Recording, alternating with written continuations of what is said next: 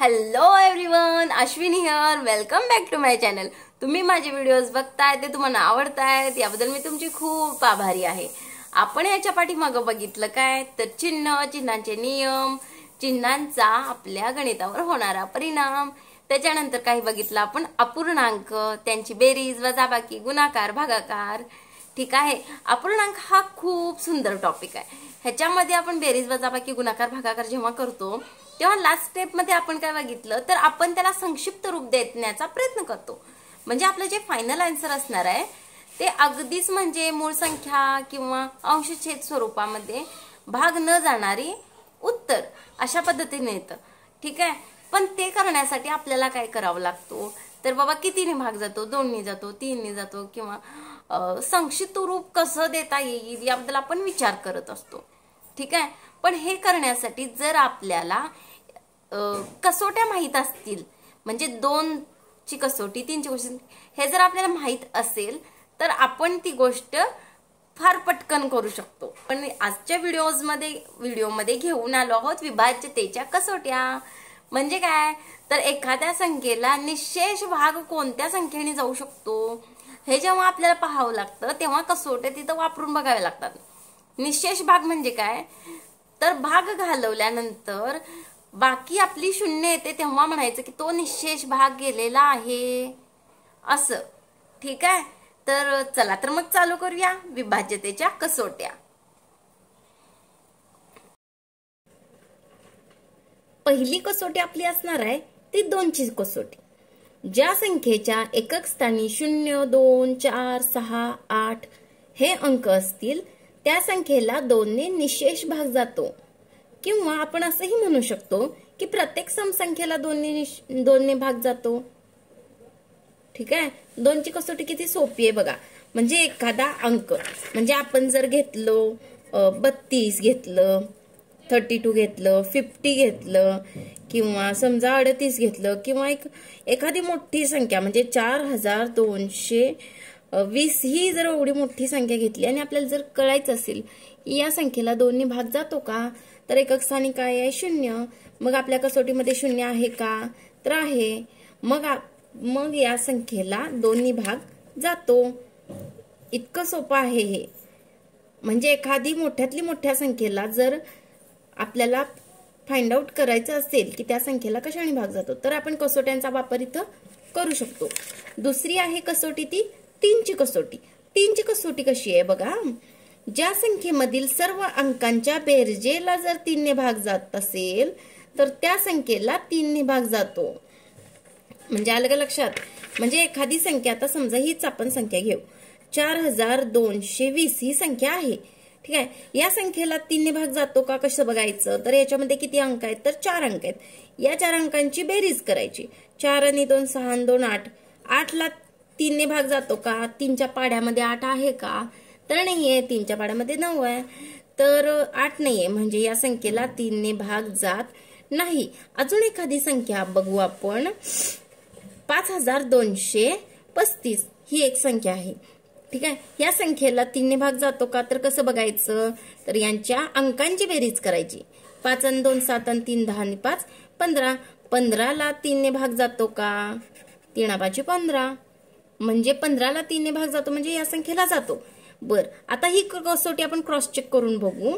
तर याला 3ने भाग घालू. ठीक आहे. 3 एके 3, 3 संग 3 सत्ते 21, 3 चौक 12 आणि 3 5 15. म्हणजे याला 3ने भाग जातो आणि आपलं भागाकार येतो तो 1745.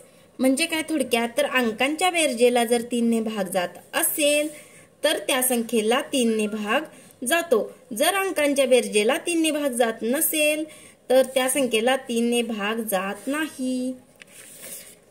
पुढे बघू. 4ची कसोटी. एखाद्या संख्येतील शेवटच्या 2 अंकांनी तयार झालेली संख्येला जर 4ने भाग जात असेल तर सर्व संख्या 4ने विभाज्य असते. बघा एखादी संख्या आहे, आपण याच संख्या घेऊ म्हणजे आपल्याला लक्षात येईल. 5235 ही आपण संख्या घेतली आहे. ठीक आहे. ह्या संख्येमध्ये शेवटचे दोन अंक कोणते आहेत तर 35, 3 आणि 5. ह्या दोन अंकांना 4 ने भाग जातो का? नाही जात. 4च्या पाड्यामध्ये 35 नाहीये. मग या दोन अंकांना 4 ने भाग जात नाही, म्हणजे या पूर्ण संख्येला 4 ने भाग जात नाही. आता आपण दुसरी एखादी संख्या घेऊ. 744 ही एक संख्या घेऊ आपण. या संख्येला 4 ने भाग जातो का? कसं बघायचं तर शेवटचे दोन अंक, एकक स्थान आणि दशक स्थान, या दोन अंकांना 4 ने भाग जातो का 44 ला? तर हो, जातो. तर मग या संख्येला 4 ने भाग जातो. आपण ते क्रॉस चेक करून बघूया. 744 छेद 4, 4 एके 4, 4 एके 4, 5 6 7, 4 8 32, 4 1 4, 4 8 32 राहिले 2, 4 4 सक्क 24. ठीक आहे, 146 उत्तर येते, म्हणजे या संख्येला 4 ने भाग जातो. अशा प्रकारे आपण 4ची कसोटी लागू होते काय बघू शकतो. तर अशी आहे 4ची कसोटी. आपण पुढे बघू 5ची कसोटी. ज्या संख्येच्या एकक स्थानी 0 किंवा 5 हे अंक असतील तर त्या संख्येला 5 ने भाग जातो.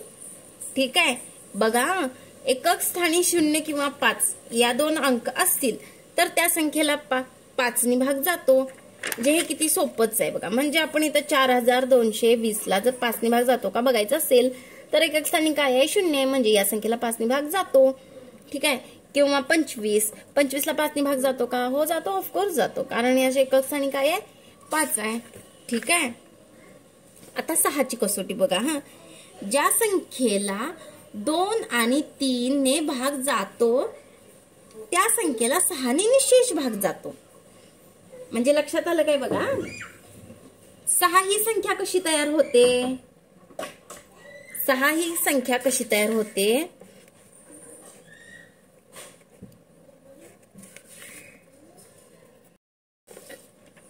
बघा, ज्या संख्येला 2 आणि 3 ने भाग जातो त्या संख्येला 6 ने निशेष भाग जातो. 6 ही संख्या कशी तयार होते तर 2 गुणिले 3, 3 दोन्ही 6. म्हणजे बघा 6 ज्या संख्येला 2 ने आणि 3 ने दोन्हीने पण भाग जायला पाहिजे अशा संख्येला 6 ने पण भाग जातो. फॉर एक्झाम्पल 6224 ही संख्या आपण घेतली. ठीक आहे, याला 2 ने भाग जातो, 6 ने जातो काय बघायचं आहे. 2 ने का जातो? कारण एकक स्थानी 4 अंक आहे. 3 ने जातो का बघा. 6 4 10 4 14, 3 ने नाही जात, म्हणजे ह्या संख्येला 6 ने भाग जात नाही. आता बघा 36 एकक स्थानी काय आहे 6, म्हणजे काय 2 ने भाग जातो. 6 आणि 3 9, 9 ला 3 ने भाग जातो का? तर जातो, मग या संख्येला 6 ने भाग जातो. आता 8ची कसोटी बघा. ज्या संख्येमध्ये शेवटच्या 3 अंक मिळून तयार झालेल्या संख्येला जर 8 ने भाग जात असेल तर ती संख्या 8 ने विभाज्य असते. ठीक आहे, याचं आपण उदाहरण घेऊ. आपण हीच संख्या घेऊ 6224. या संख्येला 8 ने भाग जातो का बघायचा आहे. ठीक आहे, तर एकक स्थानी एकक दशक शतक, म्हणजे 224 ला 8 ने भाग जातो का बघायचं. 224 ला 8 ने भाग जातो का? सॉरी, 224 ला 8 दोन्ही 16, 16 आणि 4 8 8 64, म्हणजे या संख्येला शेवटच्या 3 अंकाला 8 ने भाग जातो. त्यामुळे या पूर्ण संख्येला 8 ने भाग जातो.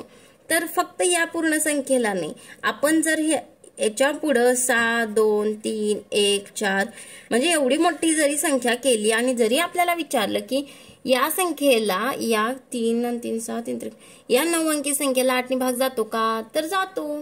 का तर शेवटचे 3 अंक मिळून तयार झालेल्या संख्येला 8 ने भाग जातो. त्यामुळे या पूर्ण संख्येला 8 ने भाग जातो बरं का. इतकं छान आहे. म्हणजे आपल्याला जर कसोट्या माहित असतील तर आपण कोणतेही कोणताही भागाकार आपण सहज सोडवू शकतो. ठीक आहे, पुढे आपण बघू 9ची कसोटी. इथं गंमत कशी आहे बघा. ज्या संख्येमधील अंकांच्या बेरजेला 9 ने भाग जातो तर त्या संख्येला 9 ने भाग जातो. म्हणजे ही कशासारखी कसोटी आहे तर 3 सारखी कसोटी आहे. अंकांच्या बेरजेला जर 3 ने भाग जात असेल तर त्या संख्येला 3 ने भाग जातो. जर अंकांच्या बेरजेला 9 ने भाग जात असेल तर त्या पूर्ण संख्येला 9 ने भाग जातो. ठीक आहे. आता बघू फॉर एक्झाम्पल आपण इथलेच संख्या घेऊ म्हणजे आपल्याला लक्षात येईल. 4220 यामध्ये अंकांची बेरीज किती होत्या? 4 5 6 7 8. याला अंकांची बेरीज 8 होते. ठीक आहे. म्हणजे या संख्येला 9 ने भाग जात नाही. जर आपण 5490 ही एक संख्या घेतली, याला 9 ने भाग जातो का कसं बघायचं? तर यांची बेरीज 5 4 9 2 18. 18ला 9 ने भाग जातो का? जातो. तर पूर्ण या संख्येला 9 ने भाग जातो. ठीक आहे. आता 10 ची कसोटी. ज्या संख्येच्या एकक स्थानी 0 असेल तर त्या संख्येला 10 ने भाग जातो. ठीक आहे. तर बघा आता इथल्या कोणत्या संख्येला 10 ने भाग जातो? तर या संख्येला जातो, या संख्येला जातो, 4220 ला जातो, 5490 ला जातो. आता मला सांगा 5235 ला जाईल का? तर नाही जाणार, कारण एकक स्थानी 5 आहे. पण एकक स्थानी 5 आहे म्हणून या संख्येला 5 ने भाग जातो. आता बघा 11 ची कसोटी. गंमतीत आहे, पूर्ण लक्ष देऊन ऐका. एखाद्या संख्येमधील विषम स्थानावरच्या अंकांची बेरीज आणि समस्थानावरील अंकांची बेरीज या दोन बेरजेमधील फरक 0 असेल किंवा 11च्या पटीत असेल तर तिला 11 ने भाग जातो. लक्षात येते का? बघा म्हणजे आता अजून एकदा वाचते. एखाद्या संख्येमधील विषम स्थानावरच्या अंकांची बेरीज आणि समस्थानावरील अंकांची बेरीज या दोन बेरजेमधील फरक 0 किंवा 11च्या पटीत असेल तर त्या संख्येला 11 ने भाग जातो. आपण थोडीशी मोठी संख्या घेऊ. 2 4 3 2 1 असं घेऊ. 5 अंकी संख्या घेतली, सॉरी 6 अंकी संख्या घेऊ. मग आता या 6 अंकी संख्येला 11 ने भाग जातो कसं बघायचं? तर यांची बेरीज करायची आणि यांची बेरीज करायची. यांची बेरीज किती आली? 3 आणि 2 5 आणि 1 6. आणि यांची बेरीज किती आली? तर 12. आता या दोघांच्या फरक बेरजेतील फरक 6 आहे. म्हणजे हा 0 पण नाहीये किंवा 11च्या पटीत पण नाहीये. त्यामुळे या पूर्ण संख्येला 11 ने भाग जात नाही. अजून एक बघू आपण संख्या काय.